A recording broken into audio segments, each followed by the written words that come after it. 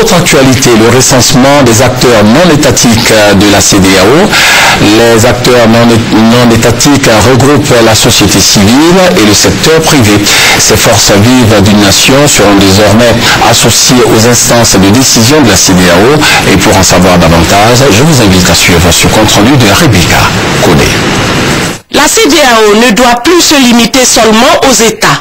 Elle doit s'étendre aussi au peuple des 15 États membres d'ici à l'an 2020. C'est une vision des chefs d'État et de gouvernement de la CEDEAO adoptée en juin 2007. 4 ans après, cette décision entre dans sa phase pratique en Côte d'Ivoire. Première action, une large implication des acteurs non étatiques tels que la société civile, le secteur privé et le secteur de la recherche. Lundi dernier, les acteurs non étatiques de Côte d'Ivoire ont donc été recensés par un commissaire de la CEDEAO, le professeur Ngaladio Bamba. Si on doit associer l'ensemble du peuple à la formulation des décisions, à la formulation des politiques qui vont être adoptées, il est évident qu'on ne peut pas consulter chacun d'entre nous.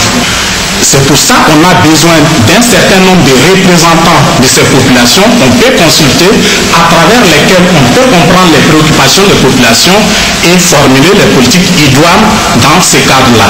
La nouvelle vision de la CEDEAO a eu l'adhésion totale des acteurs non étatiques de Côte d'Ivoire. Ils ont promis de participer massivement à cet exercice de recensement régional de la CEDEAO. Toutefois, ils souhaitent que cette innovation se traduise dans les faits afin que la CEDEAO des États passe effectivement à la CEDEAO des peuples.